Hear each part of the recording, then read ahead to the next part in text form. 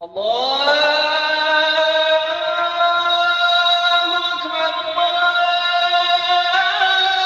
أكبر ألف لام را تلك آيات الكتاب المبين إنا أنزلناه قرآنا عربيا لعلكم تعقلون نحن نقص عليك أحسن القصص بما أوحينا إليك هذا القرآن وإن كنت من قبله لمن الغافلين إذ قال يوسف لأبيه يا أبت إني رأيت 11 كوكبا والشمس والقمر رأيتهم لي ساجدين قال يا بني لا تقصص رؤياك على إخوتك فيكيدوا لك كيدا إن الشيطان للإنسان عدو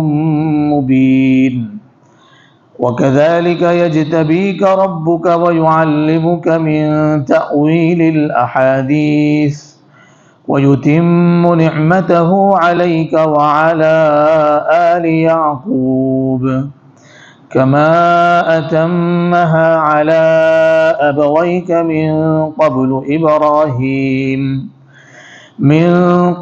إبراهيم وإسحاق إن ربك عليم حكيم. سورہ یوسف اس کا ایک رکوع تلاوت کیا گیا 29 جنوری 2017 جب یہاں درس قرآن کا آغاز ہوا تھا، تفسیر شروع ہوئی تھی اس مسجد میں، تو اس وقت سورہ یوسف ہی سے تفسیر شروع کی گئی تھی اور تقریباً 6 مہینے ہر اتوار کی تفسیر کے بعد سورہ یوسف مکمل ہوئی تھی۔ گزشتہ سے پہلے والی مجلس میں سورہ عنکبوت مکمل ہوئی۔ دل میں خیال ہی آیا کہ یہ سورہ یوسف کی تفسیر دوبارہ پھر ایک مرتبہ ہو جائیں، چونکہ اس میں بہت سے ایسے سبق ہے، سیکھنے کی چیزیں ہیں جو ایک عام زندگی میں جس کی ضرورت پڑتی ہیں۔ حضرت یوسف علیہ السلام کی زندگی ایک نمونہ ہے، ایک مثال ہے۔ پورا قصہ آپ کا اس سورۃ مبارکہ میں بیان فرمایا گیا ہے۔ دوسرے کسی پیغمبر کا قصہ اتنی مفصل طریقے سے قرآن میں ایک جگہ بیان نہیں ہوا۔ عام طور پر قرآن کا انداز یہ ہے کہ کوئی بات بیان کرنی ہوتی ہے اور کسی پیغمبر کے قصے کا کوئی حصہ اس بات کے مناسب ہوتا ہے تو وہ حصہ وہاں پر ذکر کرتے ہیں، لیکن حضرت یوسف علیہ السلام کے واقعے کی یہ خصوصیت ہے کہ پورا کا پورا قصہ ایک ہی جگہ پر اللہ سبحانہ و تعالیٰ نے بیان فرمایا ہے، اور پھر یہ قصہ قرآن میں ریپیٹ بھی نہیں ہوا ہے، دوسری جگہ پر کہیں بیان نہیں کیا گیا ہے، صرف یہیں پر یہ قصہ ذکر کیا گیا ہے۔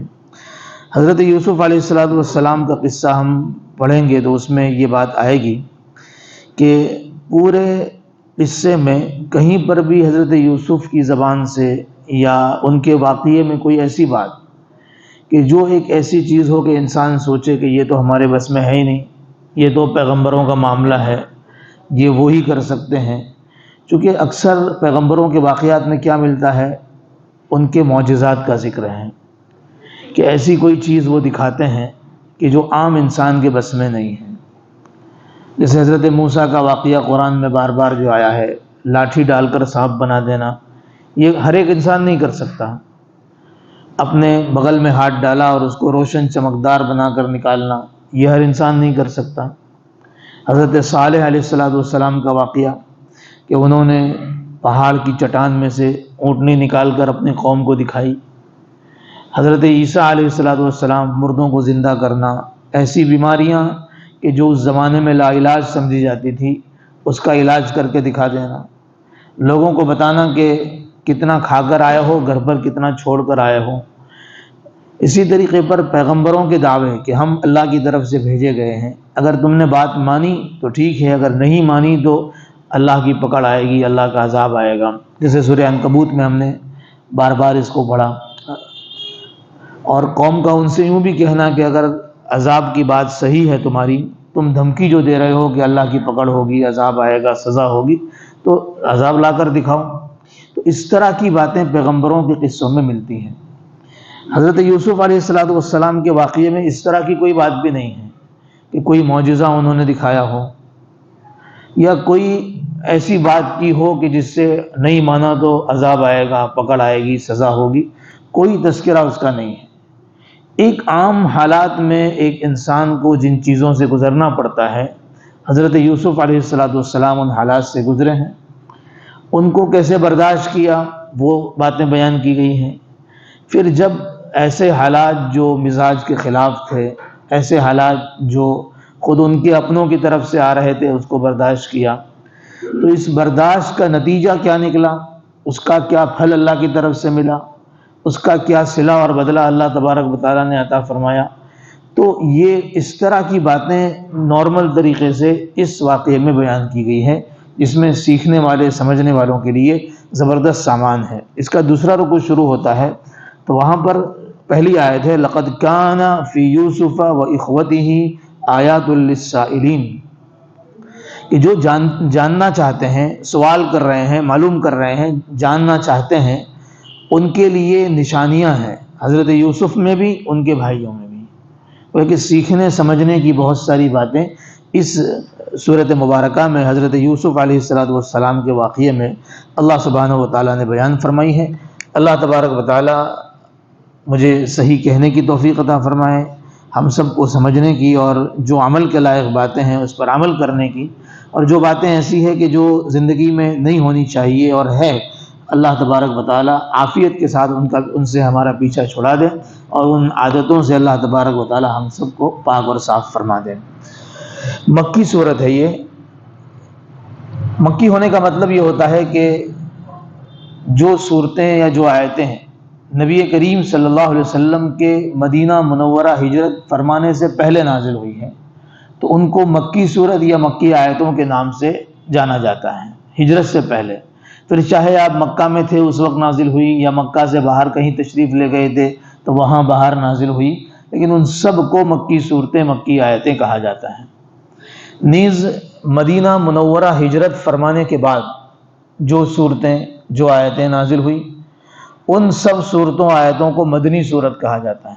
حالانکہ بعض آیتیں ایسی ہے کہ جو مکہ مکرمہ میں کعبۃ اللہ کے پاس نازل ہوئی ہیں، لیکن ان کو مکی نہیں، ان کو مدنی کہا جاتا ہے، چونکہ وہ ہجرت کے بعد ہیں. جیسے آپ نے کعبہ جب فتح کیا ہے، اس موقع پر یہ کعبۃ اللہ کی چابی دینے کے سلسلے میں ایک بات پیش آئی تھی، اس پر اللہ کی طرف سے ہدایت دی گئی، ان اللہ یأمرکم ان تؤدوا الامانات الی اہلھا، کہ اللہ تعالیٰ تمہیں حکم دیتے ہیں کہ امانت جن کی ہے انہی کے حوالے کر دو، امانت انہی کے سپرد کر دو.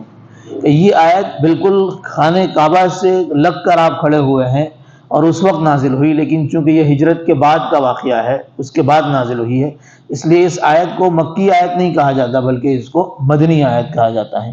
تو قرآن کریم کی مدنی صورتیں اور مکی صورتیں جو تقسیم ہے وہ ہجرت سے پہلے نازل ہوئی ہے یا ہجرت فرمانے کے بعد نازل ہوئی ہے، اس طرح اس کو تقسیم کیا گیا ہے. یہ صورت مبارکہ جو ہے مکی صورت ہے.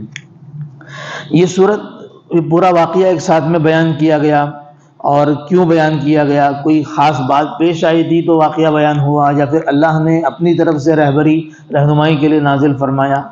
تو اس سلسلے میں ایک رائے مفسرین کی یہ ہے کہ دراصل حضور سے سوال ہوا تھا، اس سوال کے جواب میں یہ صورت مبارکہ نازل ہوئی ہے. سوال کس نے کیا تھا، کب کیا تھا اور کیوں کیا تھا؟ تو سوال کرنے والے مدینہ کے یہودی تھے. کیوں سوال کیا انہوں نے؟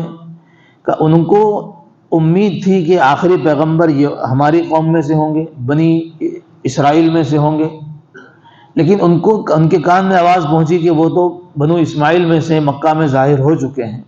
تو وہ کچھ نہ کچھ باتیں شوشے چھوڑتے رہتے تھے. تو انہی میں سے ایک شوشہ انہوں نے یہ بھی چھوڑا تھا کہ مکہ مکرمہ کے لوگوں کو ایک سوال دیا کہ تم ان سے یہ پوچھو کہ حضرت یعقوب رہنے والے تھے فلسطین کے ملک شام کے،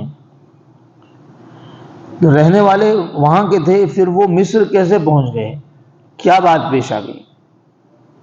اب ظاہر بات ہے کہ یہ سوال جو پوچھا ہے تو سیدھی سیدھی بات یہ ہے کہ یہ کوئی مشہور بات نہیں تھی کہ اس زمانے میں لوگ جانتے ہوں، لوگوں کے علم میں ہوں۔ یہ بنو اسرائیل یہود جانتے ہوں گے، یا ان سے جن کے خاص رابطے ہوں گے کبھی وہ جانتے ہوں، لیکن ایک عام بات نہیں تھی کہ جو سب کے علم میں ہو۔ لہذا حضور کا امتحان لینے کے لیے انہوں نے نبی کریم صلی اللہ علیہ وسلم سے یہ سوال پوچھوایا کہ حضرت یعقوب فلسطین کے رہنے والے تھے، پھر مصر کیسے پہنچ گئے؟ چنانچہ یہاں پر جو جواب میں صورت نازل ہوئی ہے تو اس میں ایک جملہ بڑھایا گیا حضور کے بارے میں، وَإِن كُنْتَ مِن قَبْلِهِ لَمِنَ الْغَافِلِينَ، کہ اس سے پہلے آپ کو اس کے بارے میں خبر نہیں تھی، اس سے پہلے آپ کو اس بارے میں علم نہیں تھا، اللہ نے یہ تفصیلات آپ کو بتائی ہے۔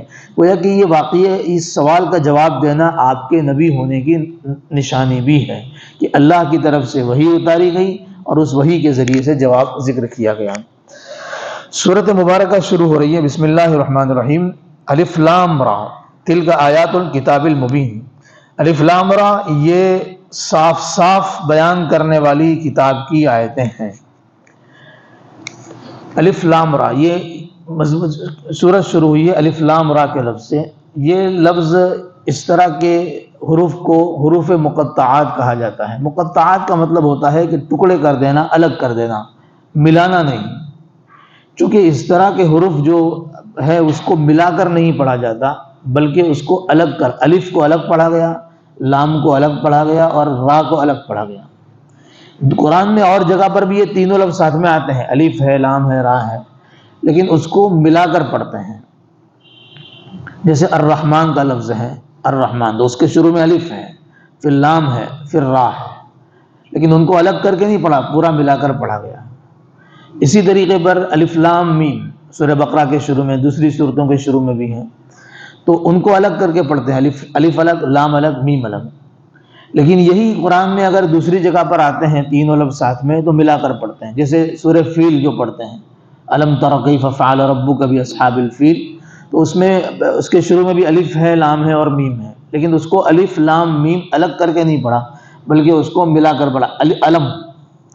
ان حروف کو الگ کر کے پڑھتے ہیں، ملا کر نہیں پڑھتے، اس لیے ان کو کہا جاتا ہے حروف مقطعات۔ قرآن کریم کی تقریباً 29 صورتیں ایسی ہیں کہ جن کے شروع میں اس طرح کے حروف ہیں۔ 29 صورتیں شروع میں، کسی کے شروع میں ایک حرف ہے، کسی کے شروع میں 2 حرف ہیں، کسی صورت کے شروع میں 3 حرف ہیں، کسی کے شروع میں 4 ہے اور کسی کے شروع میں 5 حرف ہیں۔ اس طرح تقریباً 3 صورتیں ایسی ہیں قرآن کریم میں جن کے شروع میں 3 حرف ہیں۔ ایک سورہ صاد ہے 23ویں پارے میں، صاد والقرآن ذی الذکر، ایک ہی لفظ سے شروع ہوتی ہے وہ۔ 26ویں پارے میں سورہ قاف ہے، خالی قاف شروع میں ہے، قاف والقرآن المجید۔ 29ویں پارے میں ہے سورہ نون والقلم، نون والقلم وما یسطرون۔ تو یہ 3 صورتیں ایسی ہیں کہ جن کے شروع میں صرف ایک ہی حرف استعمال ہوا ہے۔ 9 صورتیں تقریباً ایسی ہیں کہ جن کے شروع میں 2 حرف ہیں۔ 9 میں سے 6 ہے جن کے شروع میں حامیم ہے اور میم ہے، 6 کے شروع میں۔ اور دوسری جو 3 صورتیں ہیں، ایک یاسین ہے، یا اور سین۔ اسی طریقے پر ایک ہے طاسین اور ایک ہے طٰہٰ۔ یہ کل 9 صورتیں ہیں کہ جن کے شروع میں 2 حرف استعمال ہوئے ہیں۔ اور تقریباً 13 صورتیں ایسی ہیں کہ جن کے شروع میں 3 حرف ہیں۔ ان میں سے 6 کے شروع میں الف لام میم ہے، سورہ بقرہ، سورہ آل عمران، سورہ روم، سورہ لقمان، سورہ الف لام میم سجدہ، سورہ عنکبوت، ان کے شروع میں جو ہے وہ الف لام میم 3 حرف۔ 5 صورتیں ایسی ہیں کہ جن کے شروع میں جو ہے وہ الف لام را 3 حرف ہے، الف لام میم کی جگہ پر را آ گیا ہے۔ اور طاسین میم 2 صورتوں کے شروع میں طا، سین اور میم۔ یہ 13 صورتیں ایسی ہیں جن کے شروع میں یہ 3 حروف استعمال ہوئے ہیں۔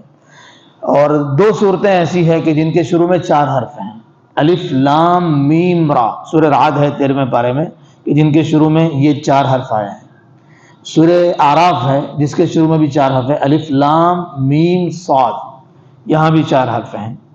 2 صورتیں جن کے شروع میں 5 حرف ہیں، ایک سورہ مریم ہے، کاف ہا یا عین صاد، اور ایک سورہ شورا ہے 25ویں پارے میں، حامیم عین سین قاف.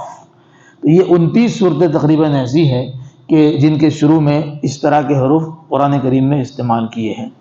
یہ جنہوں نے تحقیق کی ہے انہوں نے عجیب عجیب باتیں اس سلسلے میں لکھی ہیں کہ وہ الفابیٹ جو عربی کے ہے، تختی جو ہے، اس کے 29 حروف ہے یا 28 ہیں. 28 اور 29 کی تقسیم بعضوں نے 28 گنے، بعضوں نے 29 گنے.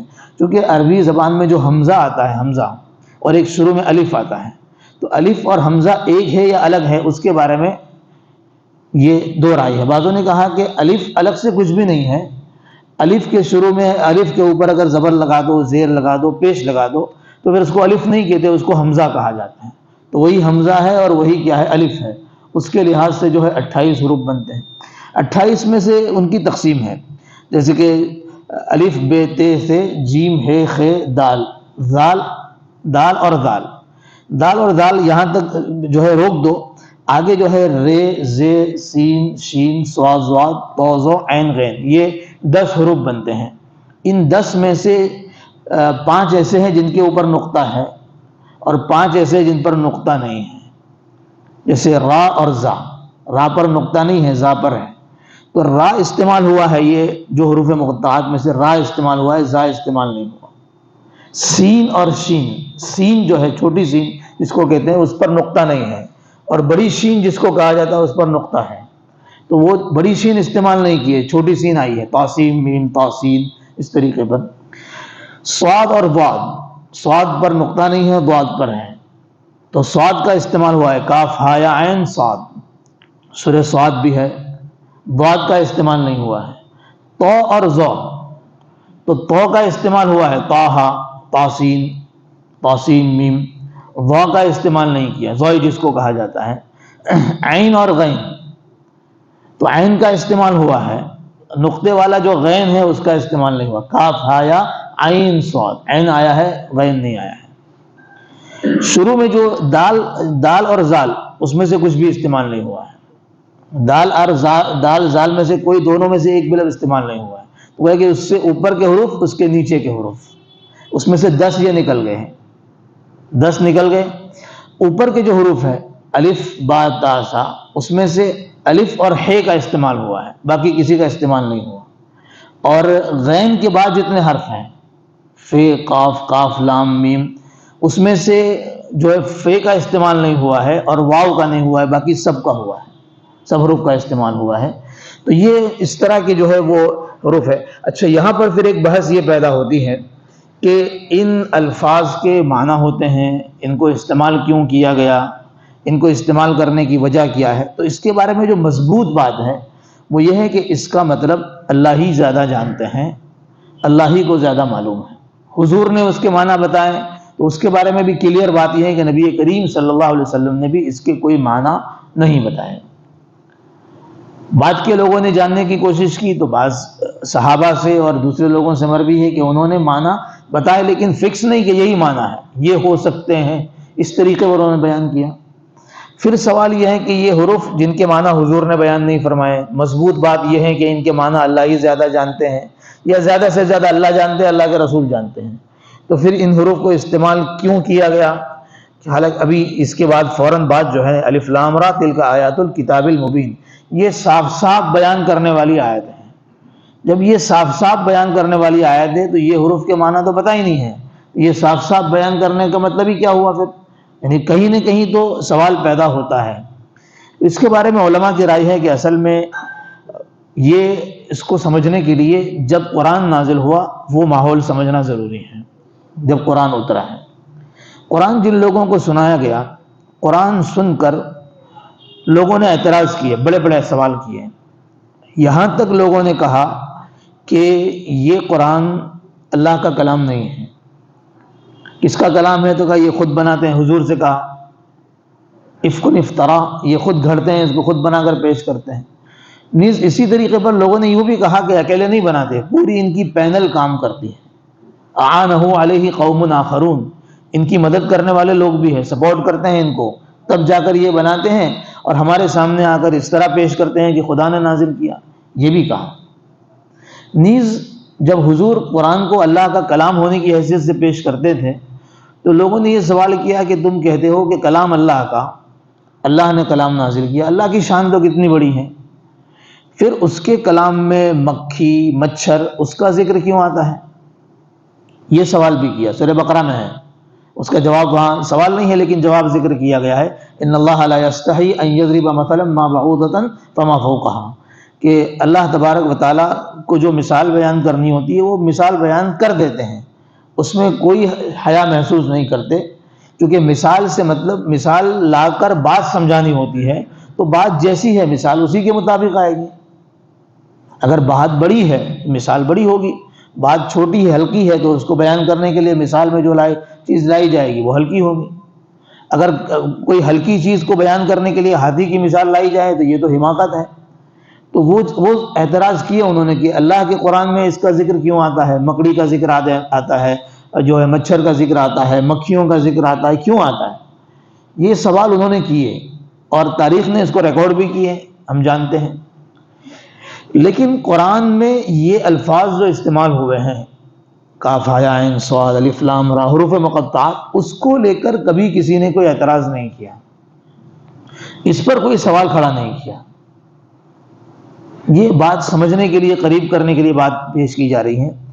اس کا مطلب کیا ہوا کہ اس زمانے میں کوئی بھی بات پیش کرنے سے پہلے کچھ کوڈ ورک استعمال کیے جاتے تھے، کہ پہلے وہ ایسے الفاظ شروع میں ہوتے تھے کہ اس میں کیا مضمون ہے اس کی طرف اشارہ تھا، یا اس طرح کے الفاظ بول کر خطیب کی شان بلند ہوتی تھی کہ وہ خاص الفاظ استعمال کرتا تھا اور اس میں اس کی رعایت ہوتی۔ اس کو سمجھنے کے لیے اس کو یہاں پر روک کر ایک اور بات بیچ میں عرض کر دوں۔ یہ ڈاکٹر رشاد خلیفہ، یہ مصر کے رہنے والے تھے اور امریکہ میں وہ ڈاکٹر بھی رہے ہیں۔ انہوں نے قرآن کریم کو کمپیوٹر پر منتقل کیا ہے، 1968 میں تقریباً شروع کیا تھا اور 72 کے قریب یہ مکمل ہوا، اور قرآن کریم پر ریسرچ کی، اور ریسرچ میں انہوں نے ایک یہ بات پیش کی کہ قرآن کریم کی تمام صورتوں اور آیتوں میں ایک میتھمیٹک جو ہے فارمولہ بھی کام کرتا ہے، کچھ خاص گنتی ہے، عدد ہے جو قرآن میں ہر جگہ پر جو ہے وہ گنتی کام کرتی ہے، اس کی رعایت ہر جگہ پر ہے۔ پھر بعد میں انہوں نے گڑبڑ بھی کی اور بہت سی، چونکہ آدمی کے پاس علم ہو اور تربیت نہ ہو تو اس صورت میں وہ علم اس کے لیے بعض مرتبہ نقصان دہ ہو جاتا ہے، تو پھر بعد میں انہوں نے نبوت کا دعویٰ بھی کیا کہ ایسی بات میں نے کی جو آج تک کسی نے نہیں کہی ہے۔ لیکن بہرحال وہ بات بڑی بہتر جو انہوں نے کہی ہے، بڑی مفید باتیں کی ہیں۔ انہوں نے کہا کہ قرآن کریم کی جتنی بھی آیتیں ہیں ان میں 19 کا عدد جو ہے وہ سب جگہ کام کرتا ہے، 19 کا عدد 19 جو ہے یہ ہر جگہ پر اس کا اثر دکھتا ہے، اور بڑی مثالوں کے ذریعے سے کمال طریقے سے انہوں نے جو ہے اس کو ثابت کرنے کی کوشش کی ہے۔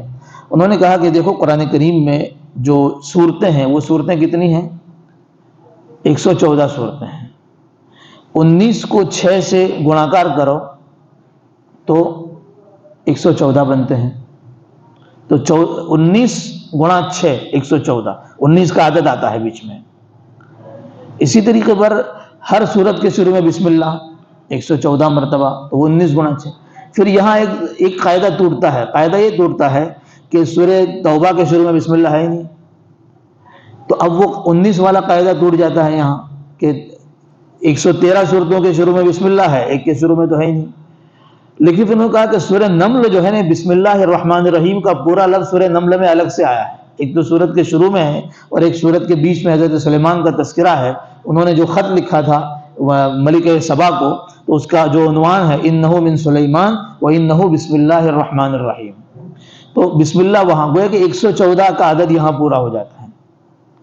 بسم اللہ الرحمن الرحیم کے جو حرف ہیں ان کی تعداد بھی جو ہے وہ 19 ہے۔ بسم اللہ، اس میں اسم کا جو لفظ آیا ہے، اسم اس کے معنی نام کیا تھا، شروع اللہ کے نام سے، تو یہ قرآن میں 19 مرتبہ استعمال ہوا ہے۔ الرحمن کا لفظ قرآن کریم کے اندر تقریباً 57 مرتبہ استعمال ہوا ہے، تو 19 کو 3 سے اگر گناکار کرو تو 57 بنتے ہیں۔ اللہ کا لفظ استعمال ہوا ہے 2698 مرتبہ، تو یہ 142 کو 6 میں ضرب دو تو یہ عدد بنتا ہے۔ دوسری بات، قرآن کریم کی جو سب سے پہلے نازل ہونے والی سورت ہے سورہ علق، اس کی 5 آیتیں، اقرأ بسم ربک الذی خلق خلق الانسان من علق اقرأ وربک الاکرم الذی علم بالقلم علم الانسان ما لم یعلم. کہ اس کے جو کلمے گنتے ہیں الفاظ، تو الفاظ 19 بنتے ہیں، 19 الفاظ جو ہے اس کے بنتے ہیں. یہ سورت جو ہے جس جگہ پر لا کر رکھی گئی ہے، اگر پیچھے سے گنتی کرو تو 19واں نمبر اس کا آتا ہے. سورہ ناس، سورہ فلق الٹا تو 19ویں نمبر پر ہے. اس سے پہلے یعنی اس سورت کو رکھو اور اس سے پہلے والی صورتوں کو گنو تو 95 صورتیں ہوتی ہیں، 95 صورتیں. 19 کو 5 سے گناکار کرو تو 95 بنتے ہیں. اس طرح کی بہت ساری باتیں، لیکن ایک بات بہت کمال کی انہوں نے ذکر کی ہے. سورہ قاف ہے جو ابھی جیسے کہ حوالہ ہے کہ ایک ہی لفظ سے جو صورتیں شروع ہوتی ہے، اس میں سورہ قاف ہے 26ویں پارے میں. کہ یہ قاف والی جو صورت ہے، اس صورت میں قاف کا لفظ 57 مرتبہ استعمال ہوا ہے. قاف جو ہے اس میں سورہ قاف میں قاف جو ہے وہ قاف کا حرف 57 مرتبہ استعمال ہوا ہے. ٹھیک ہے، یہ 57 کو 19 کو 3 میں ضرب دو تو 57 بنتے ہیں یہاں تک. لیکن ایک کمال کی بات ہے کہ وہاں پر کچھ قوموں کا تذکرہ کیا ہے اللہ نے کہ فلاں قوم فلاں قوم. انہی قوموں کے تذکرے کے درمیان حضرت لوط کا تذکرہ کیا ہے، حضرت لوط علیہ السلام کا. حضرت لوط علیہ السلام کا تذکرہ قرآن میں اور جگہ پر بھی آیا ہے، جیسے کہ سورہ شعراء میں ہے کذبت قوم لوط المرسلین. حضرت لوط کی قوم نے رسولوں کو جھٹلایا.